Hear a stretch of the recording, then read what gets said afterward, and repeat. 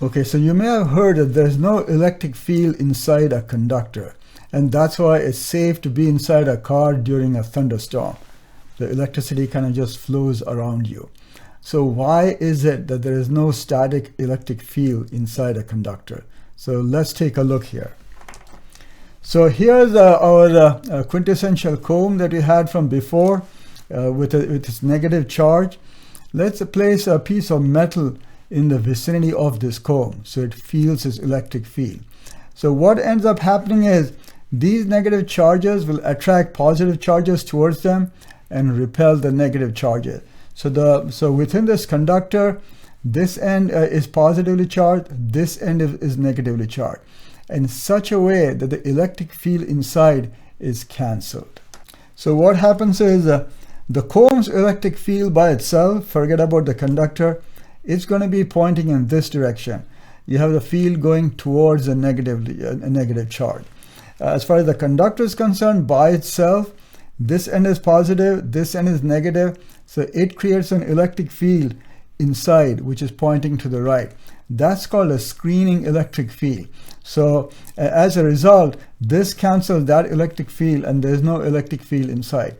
So once things have settled down, you have a static situation, you cannot have a persistent electric field inside a conductor.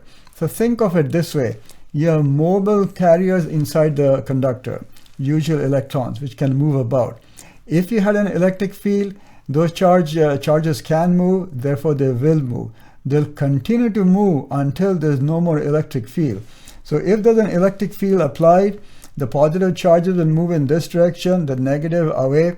This process will continue until the electric field has been cancelled out, and then they will stop moving. And then you have a state of equilibrium. So this is the reason why you will not have a sustained electric field inside a conductor. A byproduct of this fact is another interesting fact, that there cannot be a static charge residing inside a conductor. So when you put a charge on a conductor, it goes to the surface and sits there because there cannot be a sustained electric field inside the conductor. So let's see why not. So here is a spherical conductor. It's covered with this positive charge. Let's take a little sphere, a spherical surface inside this conductor, deep inside, that's centered. So we just said there's no electric field inside. That has a consequence for the charge enclosed through Gauss's law. So what happens is you have a closed surface. The phi, the flux going through this closed surface, that's equal to 4 pi k times the q enclosed. But this phi, the flux, that's equal to E times the area.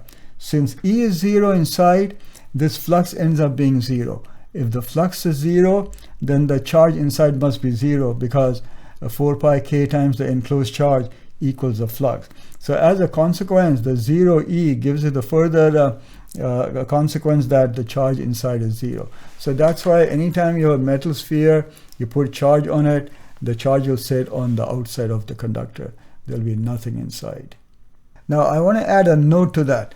There is no electric field under static condition. If you have a current flowing through a wire, you have an electric field inside. That's what's driving the current.